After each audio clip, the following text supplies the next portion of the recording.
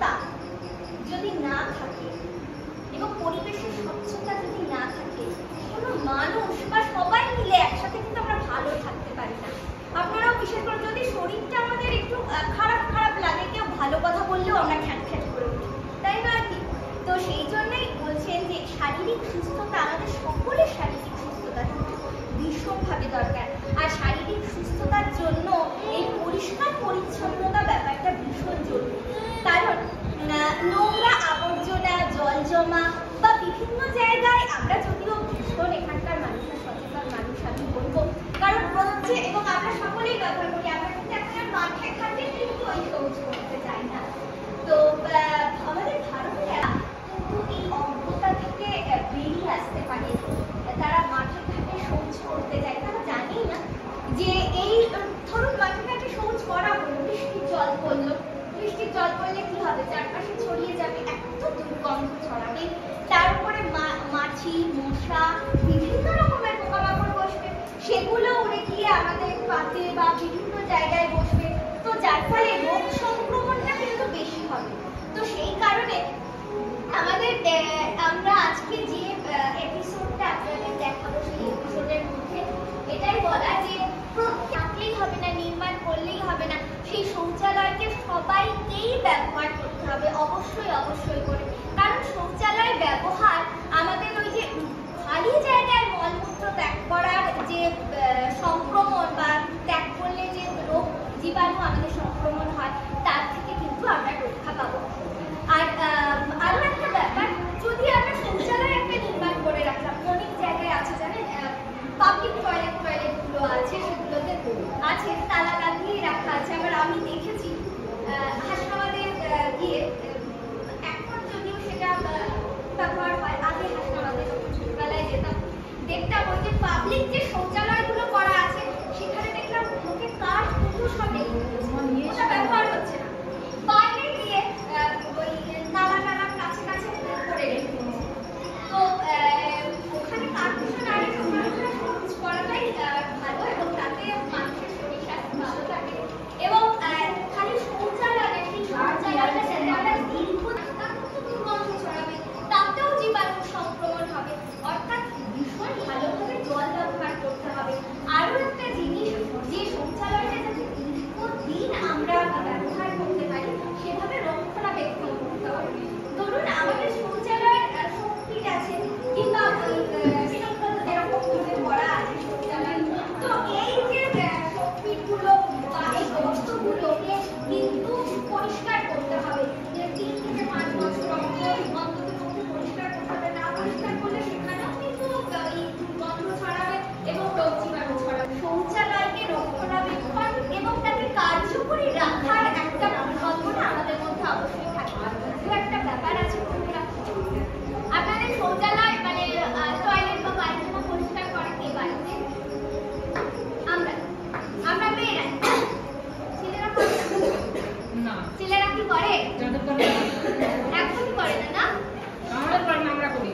হ্যাঁ, তো কথা আমি আপনাদের বলবো, আমরা অনেকেই অ্যাসিড ইউজ করি না, ওই পরিষ্কার করতে ব্যবহার করি না, আর ফিনল অ্যাসিড, আমি বলবো, আমি ইউনিসেফ বলছে বা যে কোনো বড় সংস্থা, স্বাস্থ্য সংস্থা বলছে, এইগুলো না ব্যবহার করবেন না। আপনি ওই হার্পিক জাতীয়, যদিও এটা একটা কোম্পানি, এটা আমি হার্পিক বলবো না, এই ধরনের জিনিসগুলো ব্যবহার করা যায়, কিন্তু অ্যাসিড বা ফিনল জাতীয় জিনিস ব্যবহার করা উচিত না। এই কারণে উচিত না, আমাদের ওই যে স্টোভপিটটা যেটা বা যেটা গর্ত আছে যেখানে গিয়ে মল, ওই মলগুলোকে পরিণত করে, অর্থাৎ আস্তে আস্তে ওই মলের পরিমাণটা কিন্তু কমে যাবে, কমে গিয়ে সারা যখন অতটা থাকবে না। তো সেই কারণে অ্যাসিড দিলে কি হবে, ওই ব্যাকটেরিয়া বা যে ছত্রাক বা পরজীবীগুলো আছে, যেগুলো ওই মলগুলোকে পচিয়ে ফেলে বা মলগুলোকে পরিবেশের যাতে নিতে পারে, পরিবেশে যাতে সার হিসেবে ব্যবহৃত হয় বা পরিবেশে যাতে মিশে যায়, সেই রকম জিনিসে পরিণত করে, সেই ব্যাকটেরিয়াগুলো বা সেই জীবাণুগুলো কিন্তু মারা যায়। সেই জন্য আপনাদের এটা একটা বলার বিষয় যে আপনারা পায়খানা বা শৌচালয় যেটা পরিষ্কার করেন, তাতে বরঞ্চ প্রত্যেকটি খুব ভালো করে জল ব্যবহার করুন, এবং জল, ঝাঁটা এই ধরনের জিনিস দিয়ে পরিষ্কার করলেই কিন্তু পরিষ্কার থাকে। অ্যাসিড, ফেনল এগুলো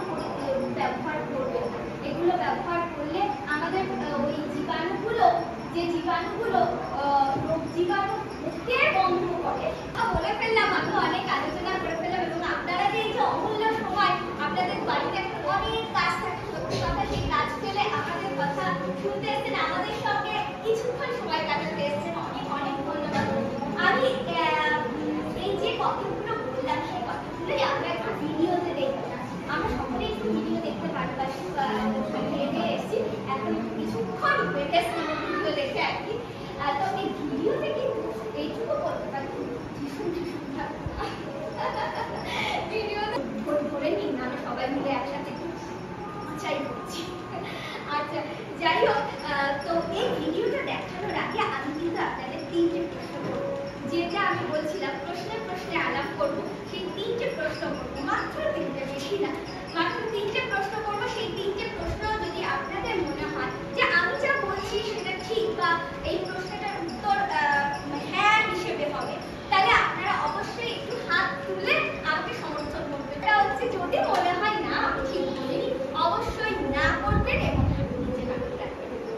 আর একটা জিনিস একটু আমি প্রশ্নের আগে আমি বলে নিচ্ছি যে আমাদের এই যে এই পরিকল্পনাটা, যেটা সম্পূর্ণ স্বচ্ছতা আমাদের সকলের দায়বদ্ধতা, মানে আমরা সকলেই যদি না পরিষ্কার রাখি, পরিষ্কার করি, তাহলে কিন্তু আমাদের স্বচ্ছতা বা আমাদের স্বাস্থ্য সকলের পরিষ্কার থাকবে না।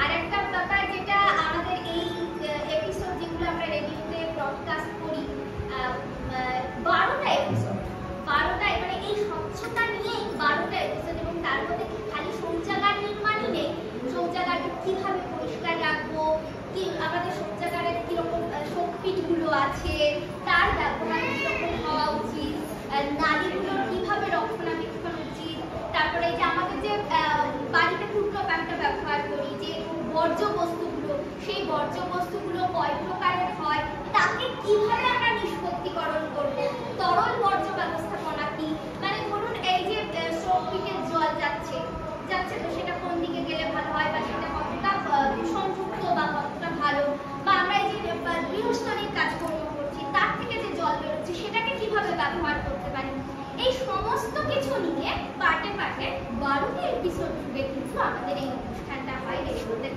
আপনারা যদি রেডিও শোনেন কিংবা ছোট ফোন থাকে তাহলে সব থেকে ভালো হয়, আমাদের 91.2 FM এবং রেডিও সুন্দরবন যদি ক্লিক করেন তাহলে প্রায়ই আমাদের এই অনুষ্ঠানগুলোই শুনতে পাবেন। প্রথম প্রশ্ন, স্বচ্ছ ভারত মিশনের মূল উদ্দেশ্য কি শুধুই শৌচাগার নির্মাণ এবং সেটা ব্যবহার? কি মনে হয় আপনাদের? যদি মনে হয় শৌচাগার নির্মাণ আর তার ব্যবহার এই কথা বলা হচ্ছে, তাহলে আমাদেরকে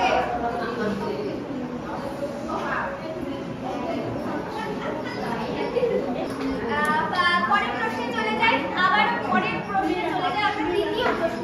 তৃতীয় প্রশ্ন হচ্ছে, প্রত্যেক বাড়ি আমাদের কি শৌচালয় ব্যবহার করা উচিত?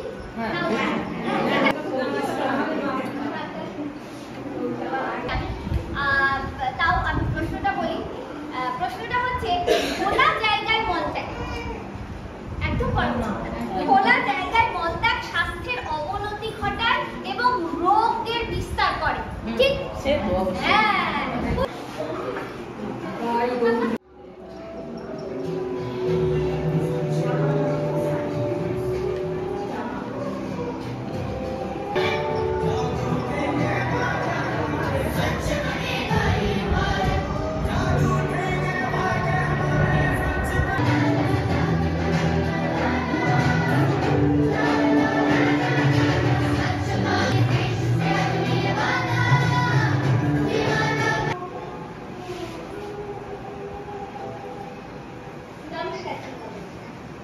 এই যে সঙ্গীতটি আপনারা বিগত 10 বছর ধরে শুনছেন, বিভিন্ন সর্বগ্রাম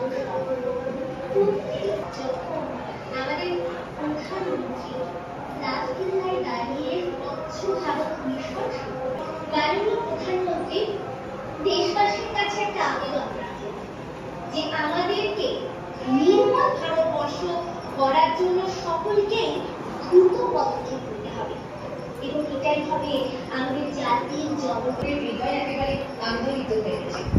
কিন্তু এখন আমাদের শ্রোতা বন্ধুদের আমরা এই অনুষ্ঠানটি সম্পর্কে কিছু জানানো উচিত। আজ থেকে আমরা সম্পূর্ণ স্বচ্ছতা এখন আমাদের দায়িত্ব, এই নামে একটি বিশেষ অনুষ্ঠান শুরু করতে চলেছি। আমি উপস্থাপন করব এবং আপনারা অবশ্যই কিন্তু শুনতে ভুলবেন না। 2014 সালের 15ই আগস্ট মাননীয় প্রধানমন্ত্রীর ভাষণের কিছু উদ্ধৃতাংশ দিয়ে আমরা আমাদের আজকের অনুষ্ঠান সম্পূর্ণ স্বচ্ছতা এখন আমাদের দায়িত্ব পরিবর্তন করতে হবে। বর্তমানে প্রায় প্রতিটা বাড়িতে এখন শৌচালয় আছে এবং তারা শৌচালয় ব্যবহার করছে। বাহ, এটা তো বেশ দারুণ ব্যাপার। কিন্তু এই শৌচালয় নির্মাণ কি যথেষ্ট? তাই শৌচালয়কে রক্ষণাবেক্ষণ এবং পরিষ্কার পরিচ্ছন্ন রাখা, যাতে নিরবিচ্ছিন্নভাবে আমরা এই শৌচালয়টা ব্যবহার করতে পারি, এটা কি কম গুরুত্বপূর্ণ? আপনারা এই ব্যাপারে কিভাবে উৎসাহিত করছেন জনগণকে? পরিচ্ছন্নতা শুধুমাত্র সরকার বা পঞ্চায়েতের দায়িত্ব নয়, এটি সকল জনসাধারণের দায়িত্ব। যদি সম্মিলিতভাবে আমরা এটা করতে পারি, তো শুধুমাত্র আমাদের গ্রাম নয়, সমগ্র দেশ হবে পরিচ্ছন্ন এবং স্বাস্থ্যকর। প্রত্যেক বাড়ি অবশ্যই নিশ্চিত করতে হবে যে তাদের নিজস্ব শৌচালয়গুলি ব্যবহারযোগ্য ব্যবস্থায় আছে এবং একই সময়ে তাদের আমাদের অবশ্যই সার্বজনীন শৌচালয় বা যেগুলো পাবলিক টয়লেট সক্রিয়ভাবে রক্ষণাবেক্ষণ করতে হবে। তবে আমরা আমাদের প্রশ্নে চলে আসি। প্রথম প্রশ্ন, একই স্বচ্ছ ভারত মিশনের মূল উদ্দেশ্য শৌচাগার নির্মাণ এবং তার ব্যবহার, এটা কি ঠিক? এটা খালি আমরা সচেতন মানুষ এখানে আছি। এবার আমরা দ্বিতীয় প্রশ্নে চলে যাব। প্রত্যেক বাড়ির শৌচালয় ব্যবহার করা উচিত এবং সবারই ব্যবহার করা উচিত।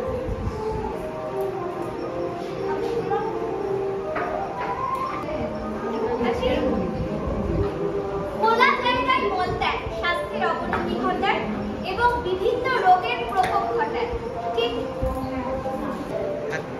আমাদের কিন্তু হাতের জোর আছে মেয়েদের, যাই বলুন না যে বয়সী আমাদের সঙ্গে দিয়েছেন তার জন্য, এবং এজন্য আমরা এতটাই খুশি হয়েছি। আপনাদের জন্য একটু মিষ্টির ব্যবস্থা করেছি, আপনারা সেটা নিয়ে যাবেন, দিলে আমরা খুশি হব।